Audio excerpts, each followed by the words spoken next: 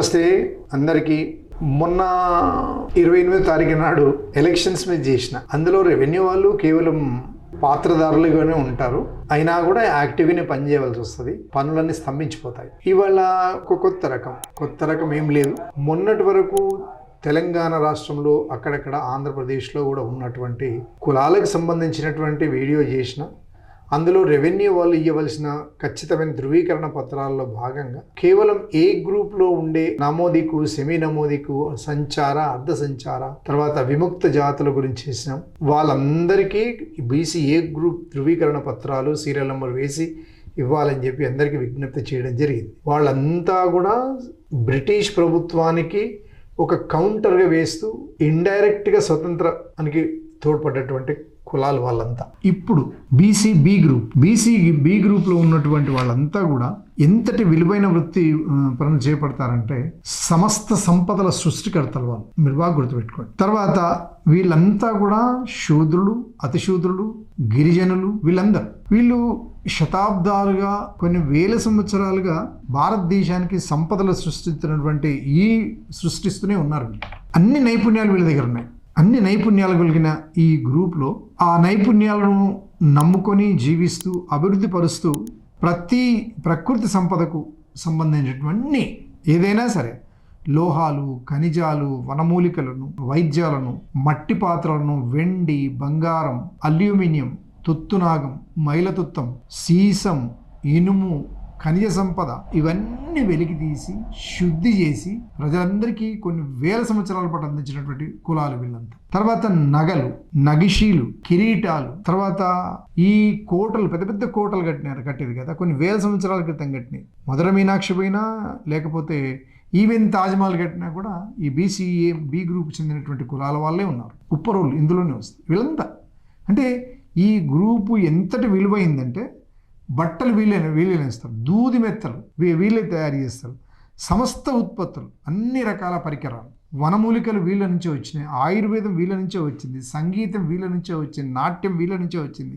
తర్వాత డప్పు, డమరూకం, వాయిద్యం, డోలు, పిల్లనగోవి మొదలైన సన్నాయి అన్నీ కూడా ఈ బి గ్రూప్లో ఉండే వాళ్ళ నుంచి ఎక్కువగా ఉత్పత్తి అయ్యాయి. ఇందులో కొంతమంది ఏ గ్రూప్లో కూడా ఉన్నారు, మళ్ళీ బి గ్రూప్లో కూడా వాళ్ళను అనుబంధ కులాలుగానే ఇందులో కొనసాగుతూ ఉన్నారు. మిత్రులారా, ఇంకొకటి, ఇందులో పాటలు పాడేవాళ్ళు, ఆ పాటకు సంగీతం వాయించేవాళ్ళు, తర్వాత సాహిత్యం, అంటే ఏది ఏమైనా ఈ శూద్రులలో ఉన్నటువంటి ఈ గ్రూప్లో ఉన్న వాళ్ళలో ఎక్కువ మంది ఉన్నారని మరొకసారి చెప్తున్నాం. అయితే ఈ చేతి వృత్తులు, హౌసులోళ్ళు, కమ్మరోళ్ళు, కుమ్మరోళ్ళు వీళ్ళంతా కూడా బి గ్రూప్కి వస్తారు. వీళ్ళంతా ఈ నైపుణ్యం ఎక్కడుందని ప్రపంచంలో ఎక్కడ లేదు, ఇక్కడి నుంచే ట్రాన్స్ఫర్ అయిందంతా. అంటే మనమే ఇవాళ వాళ్ళ దుస్థితి ఏంటంటే ఎవరో ఎంక్వైరీ చేస్తారు, ఎవరో మనకు పేరు పెడతారు, ఆ సర్టిఫికేట్ ఆధారంగా ఇవాళ బతుకుతున్నాం మనం. కులవృత్తిని నమ్ముకున్నవాడు ఎప్పుడు కూడా బాగుపడలేదు. అందుకనే పై కులాల వాళ్ళందరూ కూడా గుడ్ బై చెప్పేసారు, వాళ్ళ వృత్తులన్నిటికీ ప్రత్యామ్నాయ వృత్తులతో బతుకుతున్నారు. అందుకనే ఇప్పుడు వీళ్ళు ఏమైంది, బ్రాహ్మణీయ తత్వం, క్షత్రియులు, వైశ్యులు ఈ ముగ్గురు కూడా ఈ వృత్తులలో ఉన్నటువంటి రూపాన్ని, దాంట్లో ఉన్న సారాన్ని ఎంజాయ్ చేసుకుంటూ మనల్ని వర్గాలుగా విభజించి కులాలుగా మార్చిపడేశారు. అందులో భాగమే ఇవాళ బి గ్రూప్లో ఉన్నటువంటి కొన్ని కులాల గురించి నేను మీకు కొంచెం ప్రిపేర్ అయ్యాను. ఆ ప్రిపేర్ అయిన వాటిల్లో ఆర్య, క్షత్రియ, చిత్తారి, గినియా, చిత్రకర, నక్కర, తర్వాత దేవాంగ, తర్వాత గౌడు అంటే ఇందులో మళ్ళీ ఈడుగోలు, గౌన్లు, తర్వాత కలాలి, ఆంధ్రలో చెట్టి బలిజ, ఇట్లా దూదేకుల, లద్దాకులు, పింజారీలు, తర్వాత నూరు భాష, గాండ్లోళ్ళు అంటే మన నూనె పడతారు కదా వాళ్ళు, తర్వాత తేలికులము, దైవ తేలికులు, తర్వాత జాన్రా. ఈ 6 కులాల గురించి ఒక్కొక్క నిమిషం చెప్పే ప్రయత్నం చేస్తాను మీకు. నేను ఇంకొంచెం ఎక్కువసేపు చెప్తా అంతే. ఈ 5 కులాలతో పాటు ఇంకా ఒక 19 కులాలు ఉన్నాయి, వాళ్ళ గురించి కూడా చెప్తా. కానీ ఇందులో ఏబిసిడి గ్రూప్లో ఉన్నటువంటి ఈ క్షూద్ర జాతులన్నీ ఈ వీళ్ళ సంపదను అనుభవిస్తున్నటువంటి ఈ ఆధిపత్య కులాల వాళ్ళు ఎంత సుఖ సంతోషంగా బతుకుతున్నారంటే మనకు తగవబెట్టి మన ఉత్పత్తిని వాళ్ళు దాన్ని వ్యాపారీకరించి వాళ్ళ హాల్లో పెట్టుకొని మన నాట్యాన్ని వాళ్ళు ఎంజాయ్ చేస్తూ, మన నగిషీలను వాళ్ళు ఎంజాయ్ చేస్తూ, మన సొమ్ములను వాళ్ళు ఎంజాయ్ చేస్తూ వాళ్ళు బతుకుతున్నారు. అందుకనే ఈ 5 కులాల్లో ఉన్నటువంటి ఈ ప్రత్యేకత మీకు ఒక 1.5 minute చెప్పే ప్రయత్నం చేస్తాను. అందరూ వినాలి. వీళ్ళందరూ కూడా ఎంత పాపులేషన్ ఉంది, తెలంగాణ సమగ్ర కుటుంబ సర్వే తర్వాత ఎంత పాపులేషన్ ఉంది, ఎన్ని ఇళ్ళు ఉన్నాయి, వాళ్ళ సీరియల్ నెంబర్ ఎంత, ఎలా ఇస్తే బాగుంటుంది. మా తహసీల్దార్ మిత్రులందరూ, రెవెన్యూ మిత్రులందరూ, రెవెన్యూ ఇన్స్పెక్టర్లు, తర్వాత ఇప్పుడు కొత్తగా వచ్చిన జీపీఓలు, తహసీల్దార్లు అందరూ కూడా వాళ్ళకు ఆ ధృవీకరణ పత్రాలు ఇవ్వాల్సి వస్తుంది. ముందుగా ఆర్య క్షత్రియ, చిత్తారి, తర్వాత గినియార్, వీళ్ళు ఏంటంటే క్షత్రియ అనగానే యుద్ధాలు చేయడం అంటే ఆ నిజమైన పని, అంటే యుద్ధాలలో ఏదో ఒకటి అందులో యుద్ధంలో పార్టిసిపేట్ చేయడం. ఆర్య క్షత్రియ, ఆర్య అంటే ఇరాన్ నుంచి బతకనికి వచ్చిన వాళ్ళు. అలాంటి క్షత్రియుల దగ్గర వీళ్ళు అసిస్టెంట్గా పనిచేయటము, ఏదో ఒకటి పని చేసినట్టుగా కొన్ని ఇది చేస్తున్నారు. అచ్చా, ఇప్పుడు ఈ ఎలా వేస్తున్నారు ఏం సంగతి అనే దాన్ని ఒక పెయింటింగ్ రూపంగా చెప్పిన వాళ్ళను చిత్తరి అన్నారు. చిత్తరి అంటే ఆ అంత అద్భుత కళా నైపుణ్యం ఇంకెవరికి లేదు. మళ్ళీ బ్రాహ్మణులకు ఉండదు, క్షత్రియులకు ఉండదు, వైశ్యులకు ఉండదు.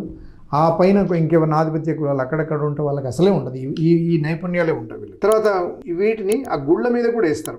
గుడి మీద ఒక బొమ్మలు వేస్తారు కదా వాళ్ళంతా. తర్వాత ఇవన్నీ కూడా ఎక్కువ తమిళనాడు, కర్ణాటక ఎక్కువ ఇక్కడే ఉంటాయి ఇవన్నీ. తర్వాత గినియార్ అంట. అందులోనే ఇంకొకటి, ఇప్పుడు మనము మాంకాళి టెంపుల్ పోతాం కదా, ఆ టెంపుల్ మీద అమ్మవారి బొమ్మను మనము రకరకాలుగా వేస్తారు. వాళ్ళందరినీ గినియార్ అంటారట. ఆ పని చేసేదాన్ని గినియార్ అంటారు.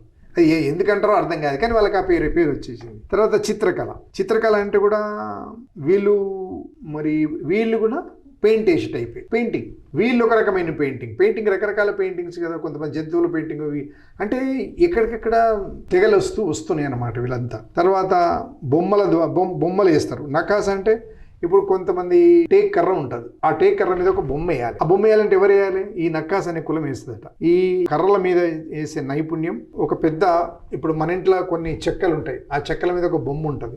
ఇప్పుడేమో వీళ్ళు వేస్తున్నారు. మనము లేపాక్షి బొమ్మలు అని అంటాం. ఆ లేపాక్షి వాళ్ళు ఏం చేస్తారంటే ఒక పెద్ద బోర్డు ఉంటుంది, లేపాక్షి దగ్గర ఉన్నాయి. వీళ్ళందరినీ కూడా నఖార్ అంటారట.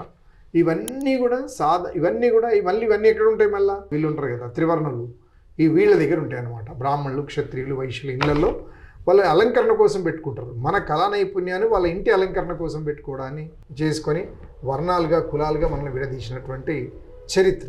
అయితే వీళ్ళందరికీ కూడా బీసీ గ్రూప్లో సీరియల్ నెంబర్ 2 ఇచ్చుకుంటూ వీళ్ళు మొత్తం ఎంతమంది అంటే 11,956 కుటుంబాలు ఉన్నాయి. తర్వాత 42,202 మంది పాపులేషన్ ఉంది. వీళ్ళ బీసీ సీరియల్ నెంబర్ 2 ఇవ్వాల్సిందిగా. తర్వాత దేవ అంటే ఏంది? దేవుడు. అంగం అంటే శరీరం మొత్తం, మిగతా ఆ దేవుడి యొక్క ఆకృతి అని అంటారు. దానికి సంబంధించి వీరు ఈ పుట్టుకతోనే కొంత నేత పని ఉంటుంది. యాక్చువల్గా పిల్ల పని నేతదే. వీళ్ళు బాగా శివుడిని ఆరాధిస్తారు. ఒక మహోన్నతమైన కళా సంపద. ఒక 1000 సంవత్సరాల నుంచి కూడా వీళ్ళు చరిత్ర ఉంది. వీళ్ళకు చాలా గొప్ప వాళ్ళుగా ఉంటారు. పేదరికము చాలా ఉంది కాబట్టి సమాజంలో వృత్తి ఏదైనా గౌరవిస్తలేదు సమాజం. ఓ పాత చింతపండు అమ్మే టన్నుల కొద్ది బంగారం సంపాదించే వాళ్ళని గౌరవిస్తాము. ఇలాంటి కళా నైపుణ్యం ఉన్న ఒక మహానుభావులను గౌరవించడానికి సమాజం ఒప్పుకోవడం లేదు. అంటే దాని మీదనే కమిట్మెంట్ అయ్యేటకల్లా మోసం చేసే సత్తా ఉండదు కాబట్టి ఆటోమేటిక్గా హ్యాండ్ టు మౌత్ అంటారు, చేతికి ఒక మందం సంపాదించే ఆలోచన ఉంటుంది వీళ్ళకి. తర్వాత హ్యాండ్లూమ్స్ కూడా వీళ్ళే ఇస్తారని అని చెప్తా ఉన్నారు. తర్వాత సిల్క్ చీరలు, కాటన్ చీరలు, దేవుడికి సంబంధించిన కంప్లీట్గా వస్త్రాభరణములు ఇవన్నీ కూడా వీళ్ళ ద్వారానే వస్తాయి. ఎక్కువ కర్ణాటక, తమిళనాడులో ఉంటారు వీళ్ళు. యూపీలో అయితే, మహారాష్ట్రలో కూడా చాలా మంది ఉన్నారు. అయితే వీళ్ళు ఎంతమంది అంటే 6,864 కుటుంబాలు ఉన్నాయి. 23,779 పాపులేషన్. సీరియల్ నెంబర్ 2 కింద వీళ్ళకు ఇవ్వాలి. తహసీల్దార్ మిత్రులందరికీ కూడా ఈ ధృవీకరణ పత్రం ఇస్తే బాగుంటుందని కోరుకుంటూ, ఇది ఒకటి గౌడ. తెలంగాణ మొత్తం కూడా గౌడే అంటారు. అంటే కొన్ని గ్రామాలు, ఇప్పుడు నేను తాండూరు ఏరియా ఈడిగోళ్ళు ఉంటారు, కొన్ని చోట్ల కూడా ఈడిగోళ్ళే అంటారు. మరి ఈడిగా అనేది ఏంటో కానీ. తర్వాత ఆంధ్రలో ఏమో శెట్టి బలిజ అంటారు, గౌండోళ్ళు అంటారు, కలాలోళ్ళు అంటారు. వీళ్ళందరూ కూడా శెట్టి బలిజ అని మాత్రం ఈస్ట్ గోదావరి, వెస్ట్ గోదావరి, తర్వాత ఖమ్మం అక్కడ ఉంటారు. ఇదంతటి కూడా వీళ్ళు గౌడ్స్. మంచి పాపులేషను. ఒక చెట్టు ఎక్కడం అనేది ఒక ఒళ్ళు గొగురు పరిచే ధైర్యం చేయాలి. దాదాపు 100 మీటర్ల చెట్టు ఎక్కి దాన్ని కోయటము, ఆ కళ్ళు దాన్ని తీయటము, అవన్నీ కూడా అదొక వ్యాపారం. ఈరోజు మంచి ఉన్నత స్థితిలో ఉన్నటువంటి వీళ్ళు దాదాపు 2 ఉభయ రాష్ట్రాలు కలిపితే 15,76,297 మంది ఉన్నారు. అయితే ఈ మధ్యకాలంలోనే మన రాష్ట్రం ఏర్పడిన తర్వాత శెట్టి బలిజలను వాళ్ళను ఐడెంటిఫై చేసి ఒక 6,800 కుటుంబాలను ఆంధ్ర ప్రాంతానికి పంపేయడం జరిగింది. వాళ్ళందరూ పోని మిగతాలు అతిపెద్ద సంఖ్యాపరంగా ఉన్నటువంటి గౌడ, ఈడిగ కులస్తులకు BCBలో సీరియల్ నెంబర్ 4 ద్వారా సర్టిఫికేట్ ఇస్తే బాగుంటుందని చెప్పి తహసీల్దార్ మిత్రులకు కూడా చెప్తున్నాను. తర్వాత ఇంకొకటి ఏంటి, ఈ క్లాత్ రిలేటెడ్, తర్వాత కాటన్ రిలేటెడ్ వృత్తులు చేపట్టేటువంటి దూదేకుల, పింజారి, నూర్ బాషా, లద్దాఫ్ వీళ్ళందరూ కూడా బీసీబీ గ్రూప్లో సీరియల్ నెంబర్ 5లో ఇవ్వాలి. వీళ్ళు ఎవరు వచ్చినా సరే. వీళ్ళు హిందీ, తెలుగు 2 కల్చర్ ఉంటుంది వీళ్ళ దగ్గర. అటు ముస్లిం పేర్లు ఉంటాయి, హిందూ సాంప్రదాయకంగా ఉంటారు. వాళ్ళది ఏందో అర్థం కాదు. చాలా గమ్మత్తైన వృత్తి వీళ్ళది. తర్వాత ఇప్పుడు దూదేకులు ఉంటారు. దూదేకు అంటే దూది అంటే తెలుసు కదా, మనము పరుపులు తయారు చేసుకుంటాం. ఆ పరుపులు తయారు చేస్తున్న క్రమంలో దూదిని ఏకటం ఇట్లా ఇట్లా ఇట్లా ఇట్లా ఇట్లా అని దాని ఒక పరుపులక కుట్టి మనకు అమ్ముతూ ఉంటారు. మనకు ఫుట్పాత్ మీద బాగా కనపడతారు వీళ్ళు. ఆ పెద్ద పెద్ద చుట్టుకొని అవన్నీ వాళ్ళు అంటారు. ఈ లద్దాఫ్ అంటేనేమో వీళ్ళు కూడా బట్టలే నేస్తారు. ఈ నలుగురు కూడా ఒకటే కేటగిరీకి చెందిన వాళ్ళు. ముస్లింలలో దూదేకులైనా, పింజారి అయినా, నూర్ బాషా అయినా, తర్వాత లద్దాఫ్ అయినా వీళ్ళందరూ కూడా ఆల్మోస్ట్ సేమ్ రిలేటెడ్ ప్రొఫెషన్ ఉంటారు. వీళ్ళందరూ ఎవరు వచ్చినా కూడా ఇప్పుడు పద్మశాలీలు లేక బట్టలు కూడా కుడతారు వీళ్ళు. ఆ వృత్తిని మనము గిన్నింగ్ అంటారు, స్పిన్నింగ్ అంటారు, వీవింగ్ అంటారు. ఇవన్నీ కూడా పింజారి వాళ్ళు చేస్తారు. అంటే పింజారి వాళ్ళు చేసినా, లద్దాఫ్ చేసినా వీళ్ళందరూ కూడా డైరెక్ట్గా, ఇండైరెక్ట్గా అందరూ భారతీయ సమాజంతో కలిసి ఉంటారు. కాబట్టి వీళ్ళని బీసీబీ గ్రూప్లో సీరియల్ నెంబర్ 5 ద్వారా వీళ్ళకు సర్టిఫికెట్ ఇవ్వడం మంచిది. వాళ్ళు రాగానే ఏదో ఎంక్వైరీ చేయాల్సిన పని లేదు. మన దగ్గర 98,950 కుటుంబాలు ఉన్నాయి. 3,44,637 పాపులేషన్ ఉంది. బీసీబీ గ్రూప్ 5 ద్వారా సర్టిఫికెట్ ఇవ్వాలని చెప్పి తహసీల్దార్లను కోరుదాం. ఎందుకంటే వీళ్ళ కుల వృత్తి అనేది ఏమీ స్పెసిఫిక్ ఏం లేదు. వాళ్ళకి లైఫ్ అంతా ఆ దూది, అది అంతే, అటాచ్మెంట్ అంతా దాంతోనే. బట్ రకరకాల ప్రాంతాలను బట్టి వాటి సైజు, ఎత్తు, మెత్తలు అవన్నీ కుట్టడం వీళ్ళ పని. ఈ మధ్యన కొత్త మ్యాట్రసెస్ వచ్చి వాళ్ళ జీవితాలన్నీ చిన్న భిన్నమైనవి. ఎక్కడ పోతారో వాళ్ళకి తెలియదు. వాళ్ళు మాకు సరైన ఉపాధి కావాలి అని చెప్పి వాళ్ళు తిరుగుతున్నారు. కానీ ప్రభుత్వాలు ఏ మేరకు సహకరిస్తున్నాయో ఇంతవరకే తెలియదు. వీళ్ళు పోయినాక Gandla serial number 6 BCB group దాదాపు 19,970 కుటుంబాలు ఉంటాయి. 70,218 పాపులేషన్ ఉంటుంది. బీసీబీ గ్రూప్లో సీరియల్ నెంబర్ 6 తేలికులం. అంటే మీరు ఊళ్ళో గాండ్లోలు అన్నారు ఎప్పుడన్నా? గాండ్లోలు అంటే వీళ్ళంతా ఎక్కువ శాతం వెజిటేరియన్స్ ఉంటారు. అంటే లింగాయతులను అనుసరించే జీవితం వీళ్ళది. ఇప్పుడు కుస్మలు కానీ, తర్వాత నువ్వులు కానీ, పల్లీలు కానీ ఇవన్నీ తీసుకొని పోయి ఊర్లో నడిమిట్లో అది కట్టేసి తిప్పుతూ ఉంటారు. కొన్నిసార్లు పశువులతో తిప్పుతారు, కొన్నిసార్లు మిషన్తో తిప్పుతారు, కొన్నిసార్లు ఈ మధ్యలో అన్నీ కూడా నూనె గానుగ మిషన్లు చాలా వచ్చినాయి. యాక్చువల్లీ అవన్నీ వాళ్ళే నడపాలి. అయితే మన గౌరవ ప్రధాని నరేంద్ర మోడీ కూడా తేలికులమే అంటారు ఆయనది. తేలికులం అంటే ఇప్పుడు వీళ్ళు గాన్లోలు, తేలికుల, దేవతిల కుల అని కూడా వీళ్ళని అంటారు. ఊళ్ళల్లో మొత్తం ఇవన్నిటిని నూనెలు పట్టి నూనె గానుగా ఆడిస్తారు అంతే. వాళ్ళ వృత్తి అదే. ఇంకా వీళ్ళు ఎక్కువ లింగాన్ని ధరిస్తారు, శివుని పూజ చేస్తారు. తర్వాత వీళ్ళు చనిపోతే కూర్చోబెట్టి వాళ్ళను ఖననం చేస్తారు. వీళ్ళ పూజలు జంగములు. ఇంకొక విచిత్రం ఏంది, అనంతరామన్ కమిషన్ రిపోర్ట్ ప్రకారంగా చూస్తే వీళ్ళు బ్రాహ్మణుల చేతులు కూడా తినరు అని చెప్పి అందులో రాయబడింది.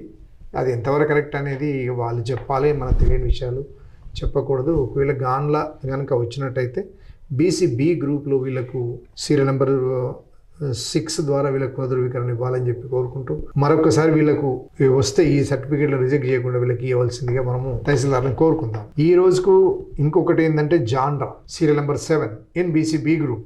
వీళ్ళు అతి తక్కువ పాపులేషన్ ఉన్నారండి. వీళ్ళు పాపులేషను 13,000 మంది ఉన్నారు. 13,713. ఇళ్ళు వచ్చేసి 3,501. వీళ్ళు పశుపోషణ, వ్యవసాయం, తర్వాత గ్రామాలకు సంబంధించినటువంటి సర్వీసులు, తర్వాత చిన్న వ్యాపారాలు చేసుకుంటారు. ఈ మధ్యన ఎవ్వరు పట్టించుకోవట్లేరు వాళ్ళ గురించి. జాండ్రా అనేది మనం ఎక్కడ వినం, తక్కువనే వింటాం. ఎందుకంటే మనము ఇక్కడ నేనైతే రంగారెడ్డి జిల్లా వాసిని కాబట్టి హైదరాబాద్ చుట్టుపక్కల వచ్చి రకరకాల కుటుంబాలు వస్తూ ఉంటాయి. ఇక అందరూ పరిచయం అవుతారు కానీ కులం సర్టిఫికేట్ అడుగుతారు. కానీ వాళ్ళ లివింగ్ కండిషన్స్ ఎందుకు అడుగుతాం మేము?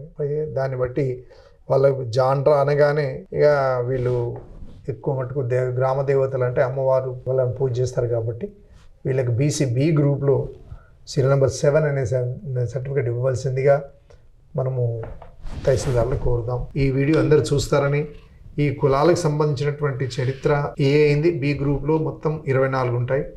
24లలో 7 చెప్పిన, మిగతా ఒక 2 ఎపిసోడ్లలో మిగతా కులాల గురించి చెప్తాను. అవన్నీ కూడా రెవెన్యూ శాఖ రిలేటెడ్ కాబట్టి చెప్పాల్సి వస్తుంది. కాబట్టి మిత్రులారా తప్పకుండా చూస్తారని, లైక్ చేస్తారని, సబ్స్క్రైబ్ చేస్తారని కోరుకుంటూ ధన్యవాదాలు. Thank you very much.